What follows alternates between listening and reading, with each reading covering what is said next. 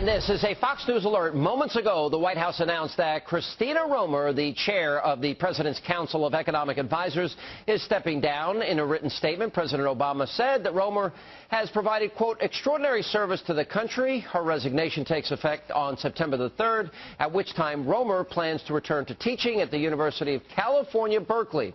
And meanwhile, tonight, there is word that more and more Democrats are refusing to appear on the campaign trail alongside the anointed one, President Barack Obama. It is not exactly surprising, considering his approval ratings have sunk to a new low this week. But now even the White House is being forced to acknowledge that the president may be more of a political liability for Democrats. Take a look. We never said we were going to all 50 states. Look, Chip, I think it's a fairly well-worn adage that we will go to places where candidates think that that's helpful.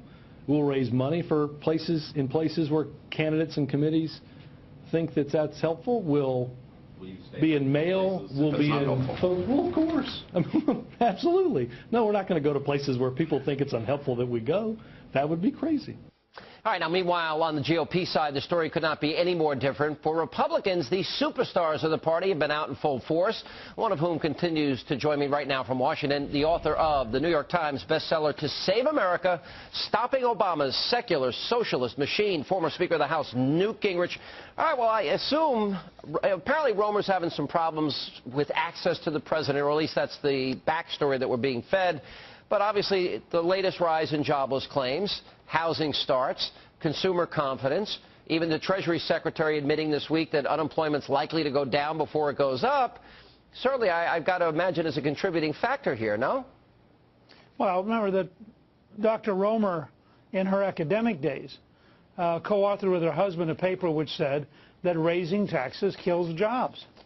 Now, if you look at her academic background, just as Larry Summers once wrote a paper that said extended unemployment compensation is dangerous because people tend only to look for work in the last 4 weeks of their benefits, what you have is a real conflict between political liberalism and academic liberalism. And I think that Dr. Romer is probably appalled at 9.5% unemployment and an administration that wants taxes to go up in January and that has raised taxes on health care this year and that would like to raise taxes on energy.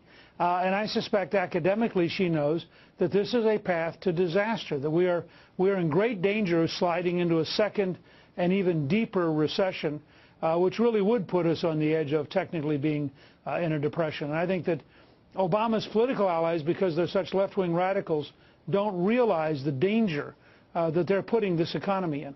All right, the president, even today, seems to be getting more and more aggressive on the campaign trail in his attempt to advance either the narrative that everything is George W. Bush's fault or advance the narrative that the Republicans are the party of no. Now, I spoke to Michael Steele earlier today, and look, I think the contract with America was a great success. You nationalized the elections. You put your promises on paper. And I said, what are the odds that Republicans, not necessarily a contract, would put their ideas on paper? You know, simple things like they'll read the bill, simple things like they'd eliminate earmarks. And he told me the odds he thinks are 100%. Is that a good idea? And when would you launch it? Well, I do know that John Boehner, the Republican leader, has asked Kevin McCarthy from California, a great congressman from Bakersfield, to develop an approach. I know that the Republicans went home from the House, all of them armed with a whole set of ideas in key areas like job creation. I believe that by mid-September, they're going to have a pretty solid proposal, whether you call it a contract or some other term, a covenant, some kind of approach that will clearly, I think, people see as positive. But I also want to say there's a great column, and I apologize, I don't remember the guy's name, but by a fairly liberal columnist, used to be the editor of the Denver Post, wrote a column in Colorado last week in which he went through all the things that Obama legitimately could blame George Bush for, like the mishandling of the Gulf, the BP thing, which clearly was George Bush's fault because he'd only been out of office for a year and a half. The failure to close Guantanamo, which is clearly George W. Bush's fault because, after all, he didn't do it before Obama got elected. The failure of the stimulus package to stop unemployment from going up to almost 10%, clearly George Bush's fault because he should have done it earlier. And it's a very funny column. He takes every single thing that's gone wrong in the last year and a half. It's all George Bush's fault. If the dog bites, because, after all, if you're feeling sad. as you pointed out during the break, how could it be President Obama's fault? No. I mean, it would be really unfair to suggest that having been president, or to put in a worse case, Pelosi and Reid have been in charge of the Congress for 4 years. If you drink too much and you have a hangover, it's not your fault. It's George Bush's fault. That's right. If you get pregnant, it's George Bush's fault. Well, it may be Clinton's fault. I don't know. I mean, who knows? All right, I'm kidding. It's a joke I use on the stuff. All right, let me ask you this. There's a Democrat strategist that actually, I'm glad I could amuse you, that says that Waters and Rangel, that this is going to be good for the Democratic Party. Now, President Obama said, look, he's somebody who's at the end of his career. He's 80 years old. I'm sure he's going to want to end his career with dignity. How could anybody suggest, as this strategist, that it would be a good thing to have ethics trials for Maxine Waters and Charlie Rangel? And by the way, the same Maxine Waters who had very harsh words for you on issues that you were exonerated from. Well, look, I mean, let's be clear.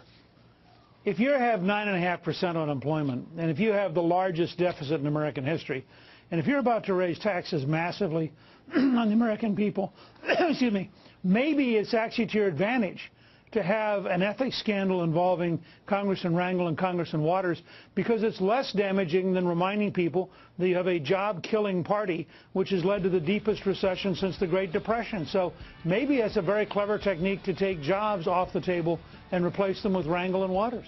All right, and by the way, Mr. Speaker, we're going to see you tomorrow at the Freedom Concert in New Jersey, Looking forward which we had not announced till right now. So we'll see you tomorrow. Liz and I are going to be there with you. It'll be a lot of fun. All right, we're looking forward to it, and we